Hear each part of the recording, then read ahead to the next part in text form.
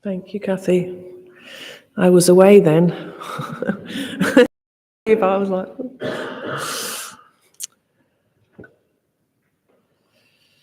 our opening words this morning. God orchestrates the people we encounter and the relationships we build so that God can use us to change lives. Good morning, everybody, and welcome to those of you that are in the church and also to those that are online. We welcome you to our service this morning. If you're joining us for the first time, then we're so glad that you came. During our service, we will listen to some readings and some sharing from other people. We will sing a little bit. We'll hear some more from Kathy, and we'll have some time in reflection. We hope that if you're new here, you will find a place of safety and sanctuary. As is in the tradition in so many Unitarian churches and ours as well, we light our chalice.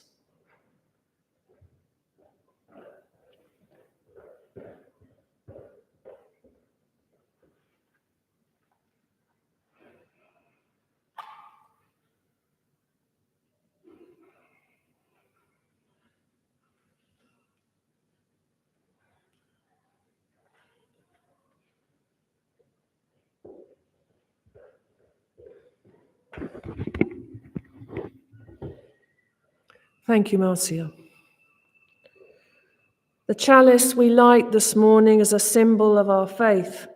It binds us together as one people.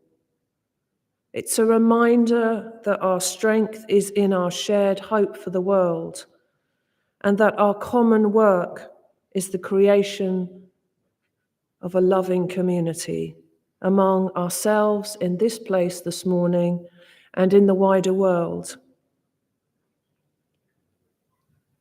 So let us come together in prayer, and these words are entitled A Prayer of Sharing and Storytelling. I invite you to use whatever word is right for you in terms of the word God, and if you don't have one, that's absolutely fine. Spirit of life and love, God of all things, being and becoming, that which is sacred to us, among us and beyond us. We know so many stories about you. We also know stories about our country and our world. We also know so many stories about ourselves. Some of those stories we tell each other. Some of them are beautiful. Some are difficult. Some are joyous. Stories about who we are, what we know, our potential, and our struggles. And some stories we may find too difficult to share.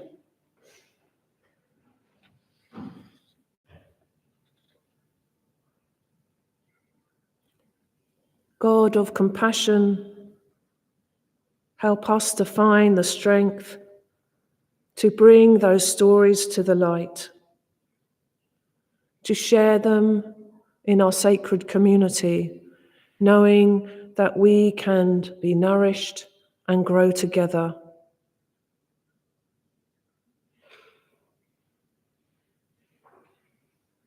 Spirit of life, may our shared stories be among the songs of the Spirit. May there be beauty in our lives and those that we share with others. May our individual voices blend into a chorus, and may all that we share together touch our hearts.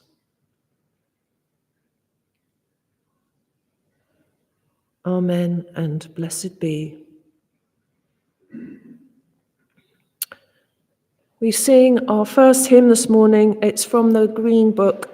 Hopefully everybody has a hymn book. If you don't, just wave and I'll grab you one. We're singing number 172 in the Green Book.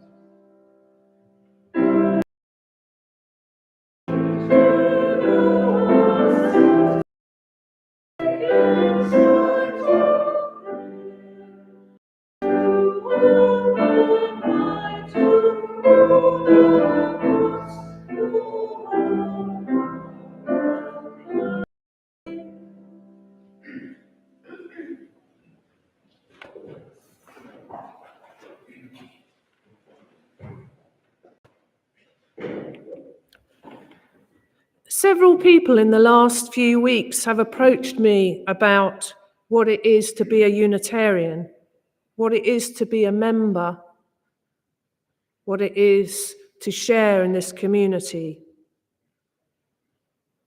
What do I have to do? Will it change me? I could tell you all sorts of things about being in this community, but primarily, I think it's about sharing of oneself with a spiritual community, being willing to be a larger part, the equality of giving and receiving, and making a commitment to one's ongoing spiritual pathway. Some people choose to do that by becoming a member. Some do it in other ways.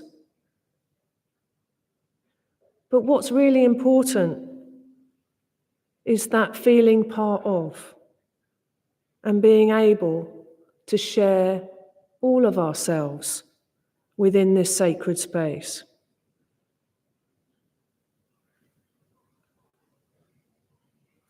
I did ask those of you that receive an email to think about what it's like to be here and sharing as part of this community, and we'll hear some of those in a little while.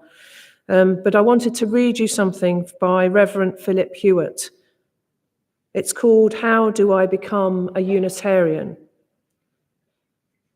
Philip was a graduate of Oxford and Harvard and served with Unitarian congregations on both sides of the pond. He was an author of a number of books, including Unitarians in Canada and the Unitarian Way. This is what he had to say. I was talking to the first Unitarian I had ever, to my knowledge, met. Only a few months had passed since I had first read a description of Unitarians and had sent for some Unitarian literature. I'd become excited enough by what I read to want to talk things over with the nearest Unitarian minister. We had an hour of discussion, and I asked at the end, "And how do I become a Unitarian?" The answer was unexpected. "You don't have to become a Unitarian," he said. "You are one." While I had been plying him with questions about Unitarians, he'd been quietly sizing me up, and he'd noted where I stood in my attitudes and questionings. He knew that I was a Unitarian before I did. I felt a little deflated at the time. I expected to hear about the processes of invitation and initiation through which I would have to pass before I had any right to call myself a Unitarian. In the years that have passed since my first discussion, I have never had the cause to doubt the substantial accuracy of the reply that I was then given. Certainly, there was a process of initiation, but I was already almost through it by the time I realized what was going on. I'd become a Unitarian without even knowing it. The reality was the door into a community of like-minded people whose questions and doubts, affirmations, and general response to life were to strengthen and support me in my own. What I noticed was Unitarians asked lots of questions about life. Not all the time, of course. They do know how to relax and enjoy each other's company, as well as taking time to wrestle with the really important issues. But that was the thing. People were willing to share what they thought about really important issues. The acceptance of the universal human need to share in community. I found out that Unitarians love to test their ideas and attitudes against those of other people. This seemed to be done by reading, but also about two-way communication, whether that was discussion in a group or over a cup of tea after the service. What I also found was that we didn't agree in pretty much anything. And yet we had a mutual respect and acceptance of one another.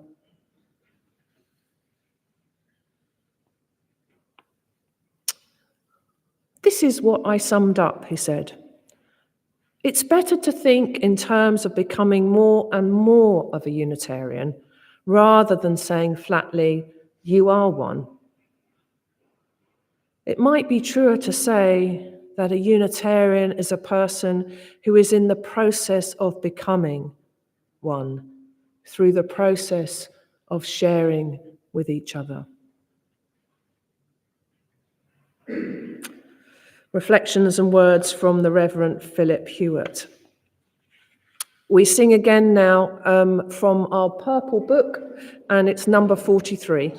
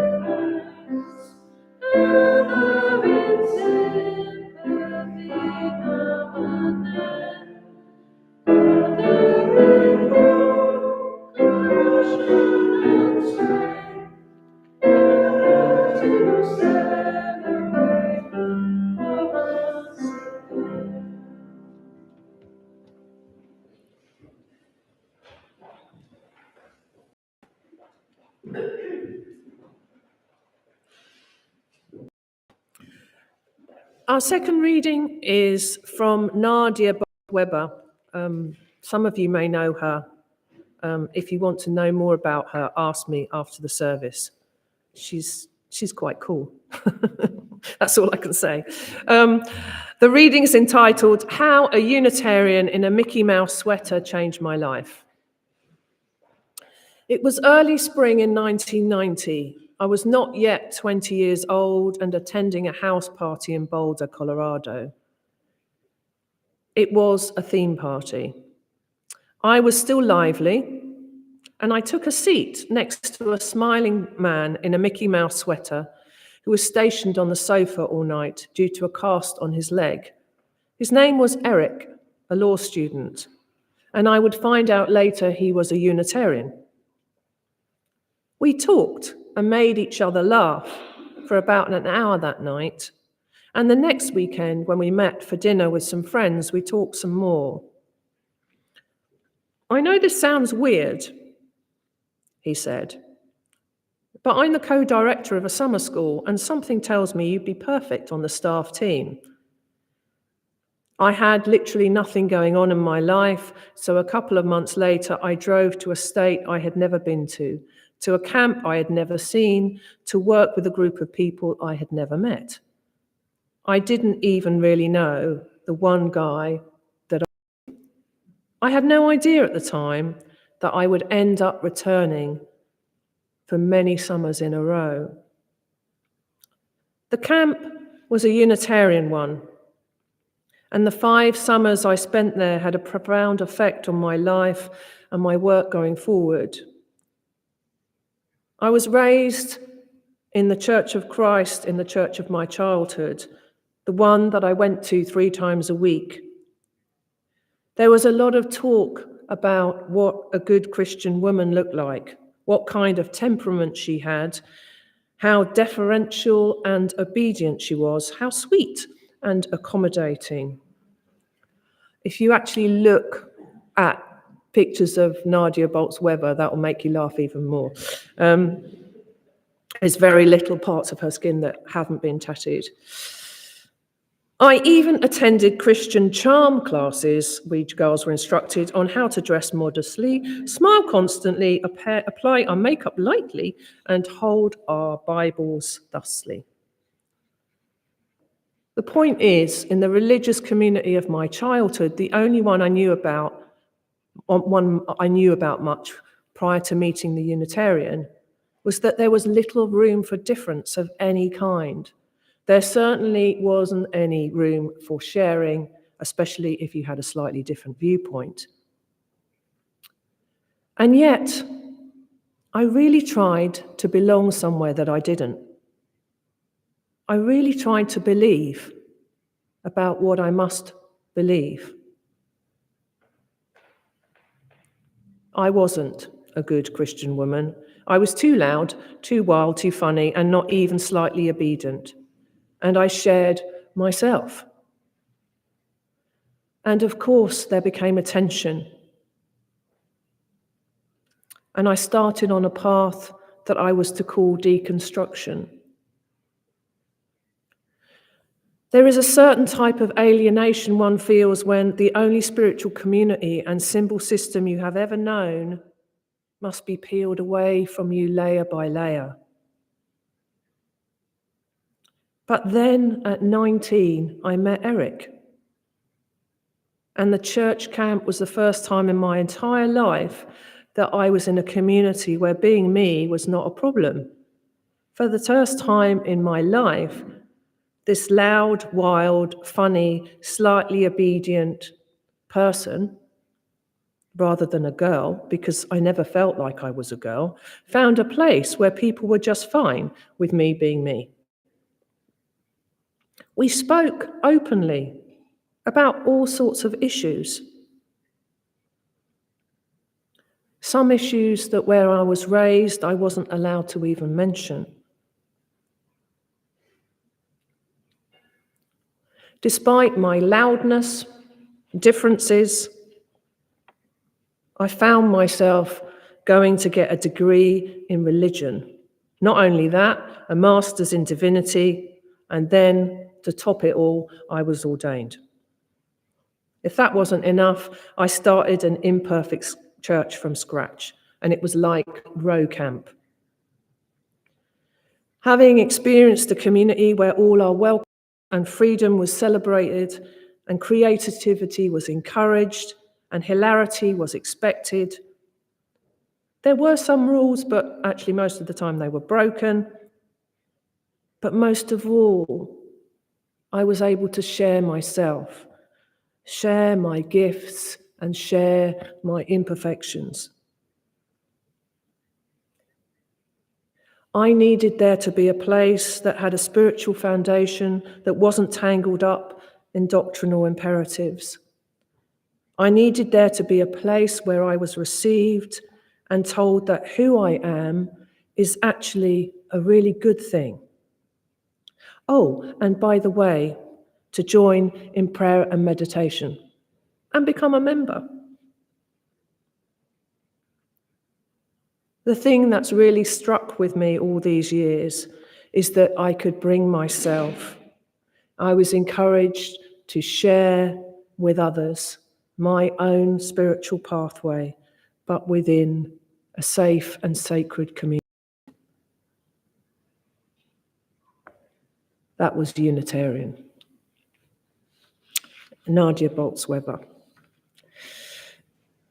We sing our third hymn this morning, which is number 35 in the Purple Book.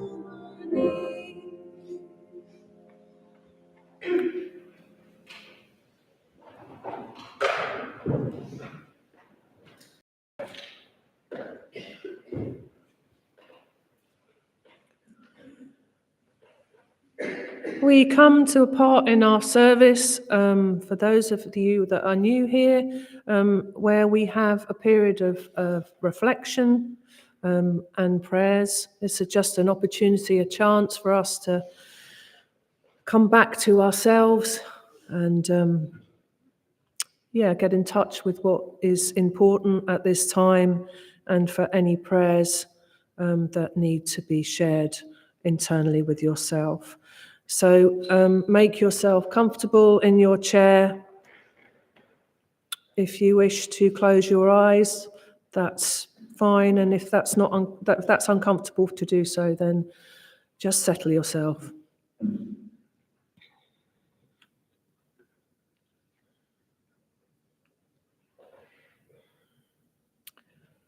Spirit of love, God of all life and mystery, we come into this space of reflection to remember who we are, where we are, and what we have been called to do.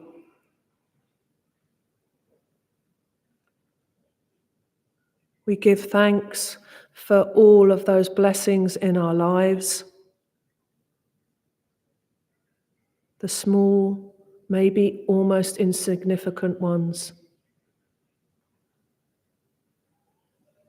and those blessings that have really shaped our lives.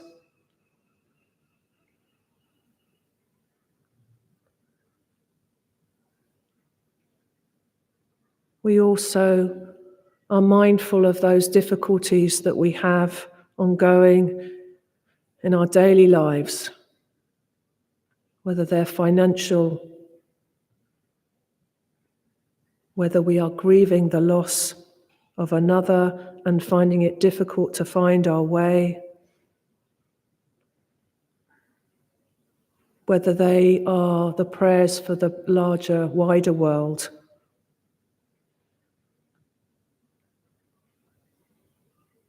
We ask that those prayers are heard.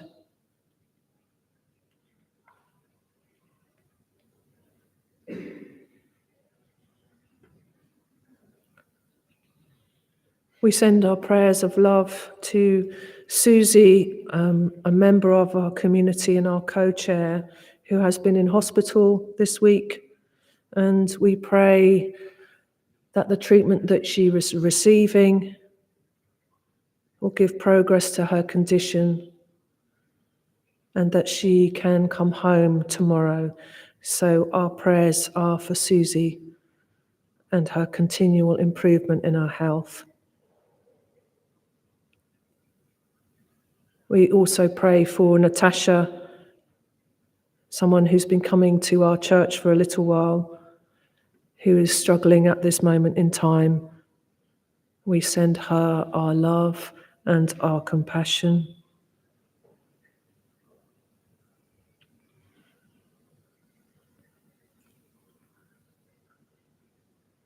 We think about all those who don't have the gifts that we have of freedom and food and a home.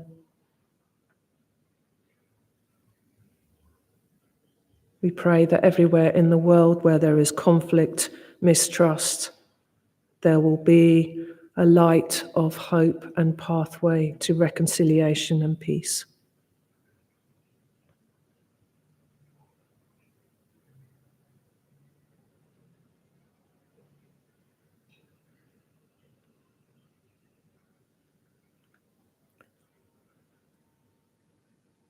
We sit silently together for a few moments with these prayers and prayers of our own.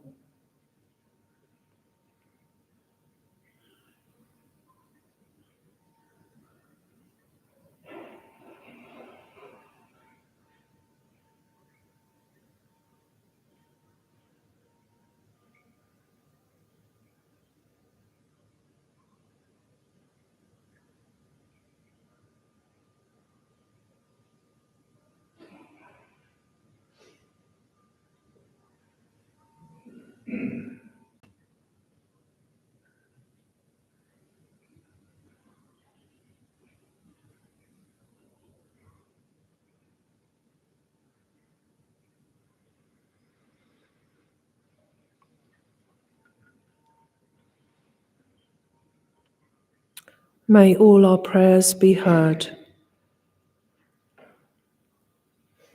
In the music that follows, I invite anybody who wishes to come forward to light a candle while the music is playing as a silent light of prayer.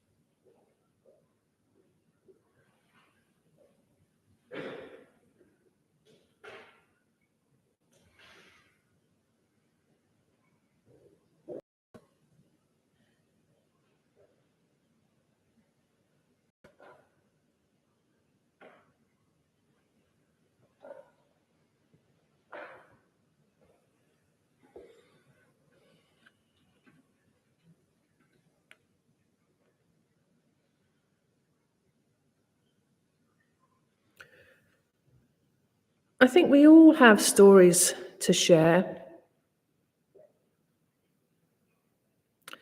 I sent an email out earlier in the week if you would like to think about sharing your thoughts about what it is to be part of this spiritual community.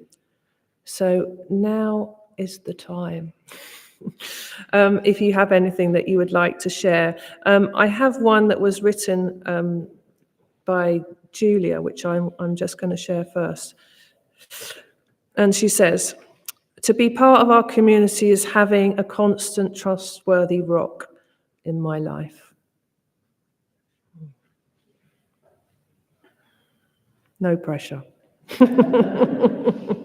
If you'd like to share, then please come.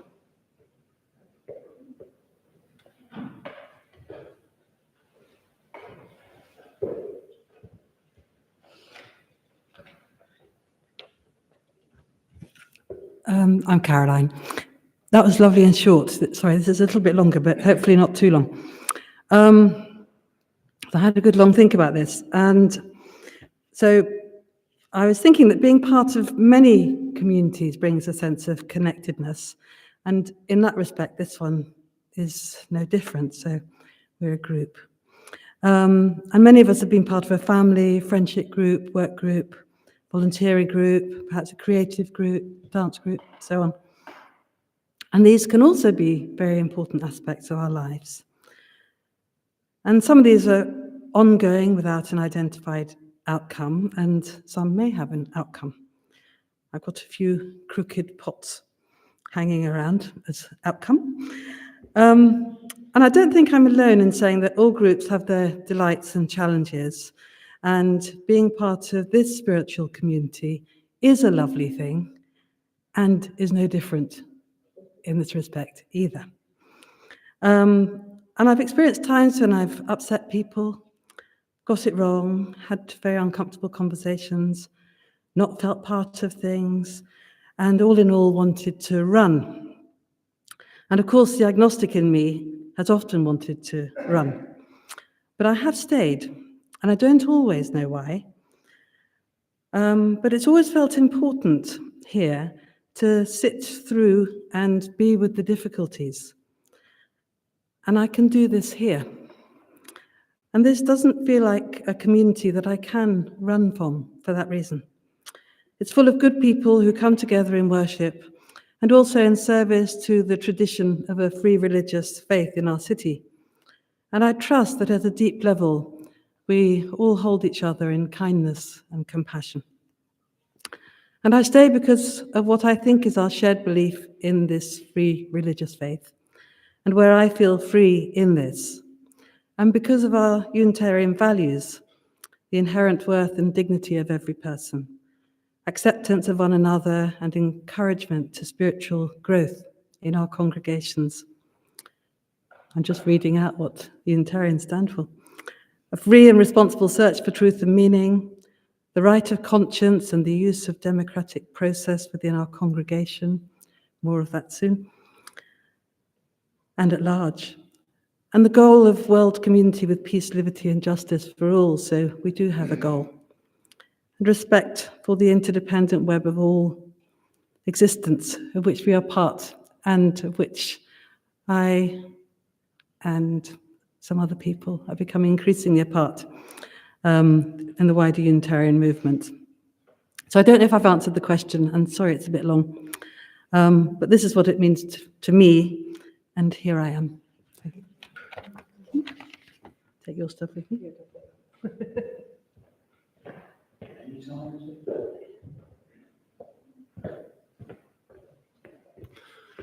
Morning, everyone. I'm a silver surfer, so I get to read everything these days. Right, well, not too much history. I discovered this movement 18 years ago in London, working in very tough stuff to do with public protection, and I'm still alive. So indeed, I mainly come to Brighton to attend the Unitarian Spiritual Community as the nearest one to where I live, because I'm 20 miles away. And I try to have a higher self ethos, I believe all faiths have some truth and wisdom. So I believe coming here, I meet similar-minded people with universal truths whose values may bind us together. One light, many windows.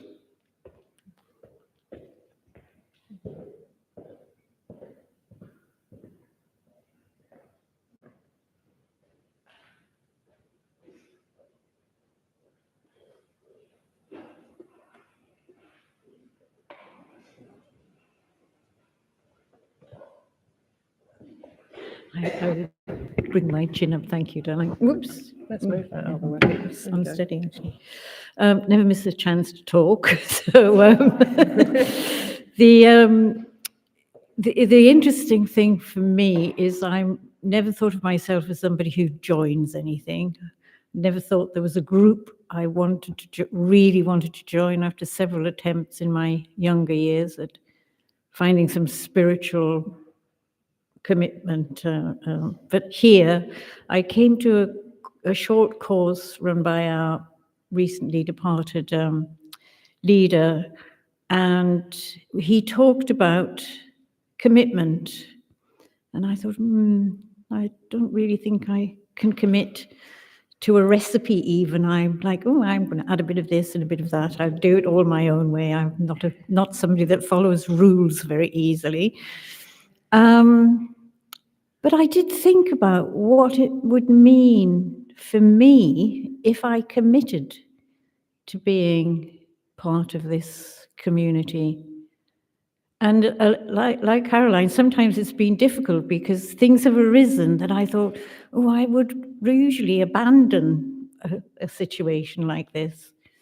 But for some reason, because I'd made this internal promise to myself to be committed to coming to the church as often as I can on a Sunday when I'm not falling over and breaking things and can't get here. But the commitment to coming has helped me in a way that I couldn't even imagine that it would.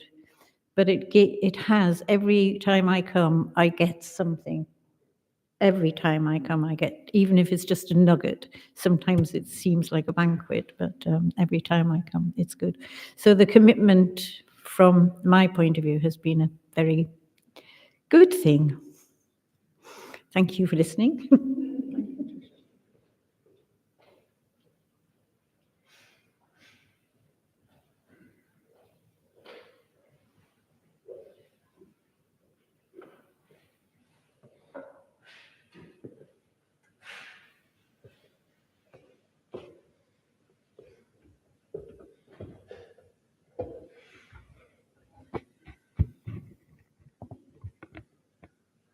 We'll come back to this one every now and again. I think it's really lovely to hear what people feel about being part of a community. I came in 2011 to support somebody who used to take a lot of services here, Stephen Crowther. I had no intention of staying at all. Beware, you come in the door. Yeah, and some of those things that have already been shared, you know, that sense of being able to be myself, to not be judged, and times when it's been very difficult as well. And I think that is just part of life, part of any community that you join, that sometimes things are hard.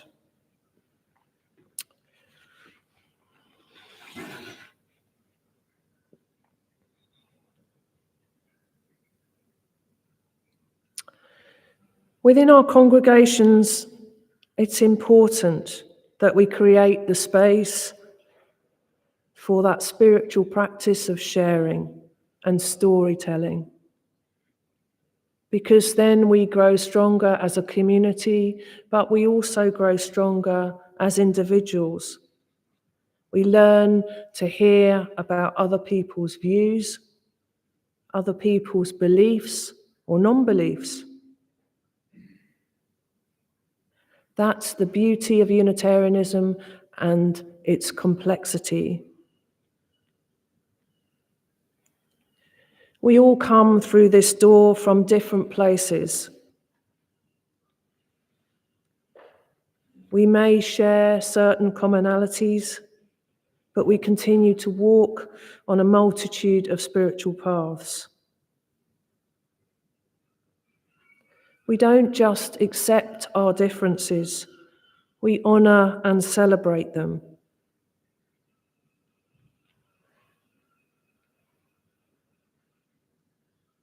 But sometimes it's difficult to share of ourselves on a deeper level. For some, it's really difficult to share what their beliefs are because they have no idea.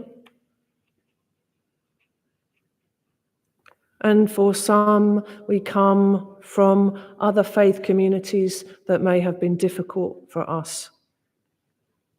So, quite rightly, we may feel a sense of distrust as we walk through the door.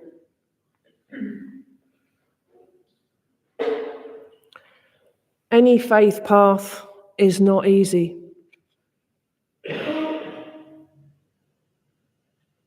Sharing ourselves is not easy. And there will be times when we disagree. And there will be times when we want to run out of that door. I'm sure we've all had that in other situations. But what our hope is as Unitarians is that we remember the core of our faith. That we're here to follow our spiritual pathway, even if that is very different to our neighbour. And when we do that, we have something to share with another. Knowing our faith story, speaking our faith story, and sharing it with others. And continuing the topic of sharing, Sid has very kindly offered to come and share a song with us this morning. So I'm going to hand things over to him. We're just going to take a moment to lower the mic.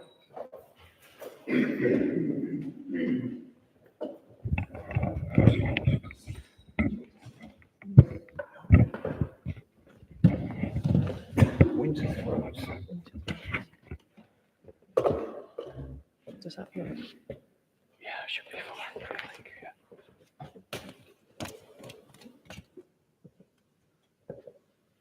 There's no wind for that to blow. No, there's no wind through the windows. There's no wind for them. I think and plan everything, even though I don't have to so much anymore. It's not my problem anymore. Right.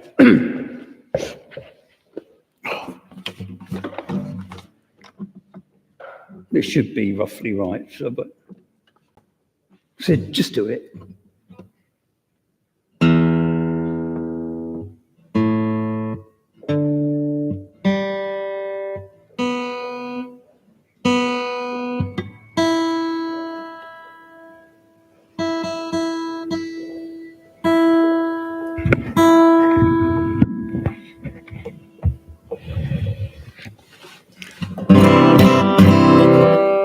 Not too loud. Right. Wow. Okay, this song you may well know. It pretty is very much what love really is. Although there's different forms of it, as we know, and we all go wrong. Hang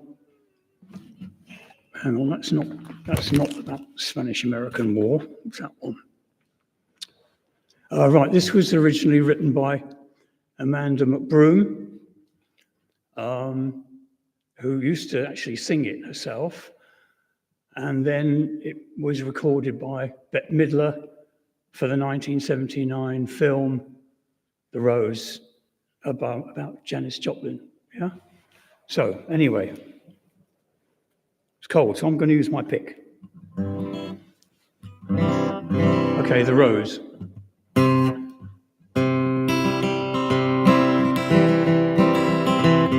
Some say love is a river that drowns the tender reed.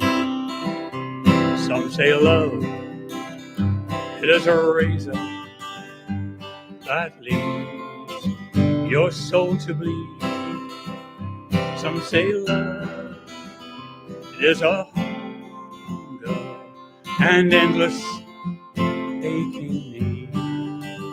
I say love, it is a flower, and you, its only seed. It's the heart, afraid of breaking, that never learns to dance. It's the dream, afraid of waking, that never takes the chance. It's the one who won't be taken, who cannot seem to give, and the soul afraid of dying, that never learns to live.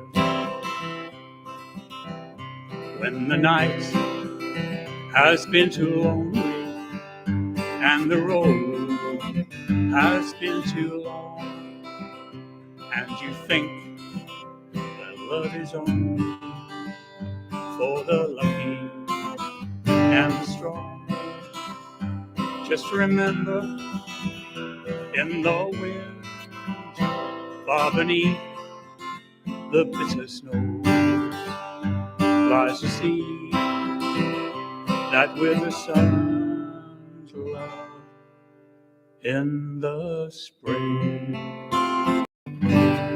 becomes the rose.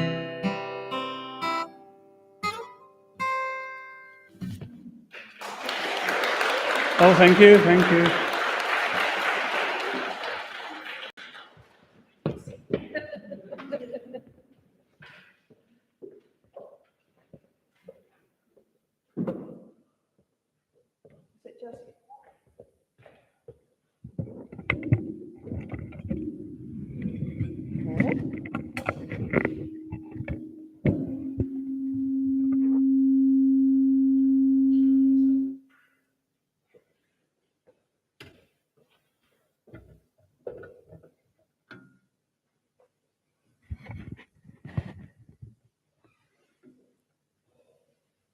Thank you, Sid.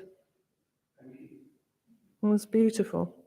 This is what happens when you come and see me in the middle of the week and then have this bright idea. And we had this Sid and me had this conversation, and I was like, "Oh, would you like to share some music?" And that was it. So beware when you come into the church office. All sorts of things happen. Thank you for sharing, and thank you all for sharing this morning. I have some closing words.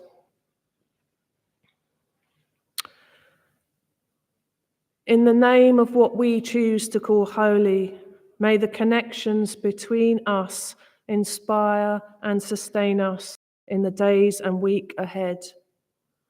May the flame of life within us and amongst us be a sacred reminder that we are all called to be here, to be with each other and to share with each other, to grow and to love as we continue this journey of transformation, because we are all already Unitarians.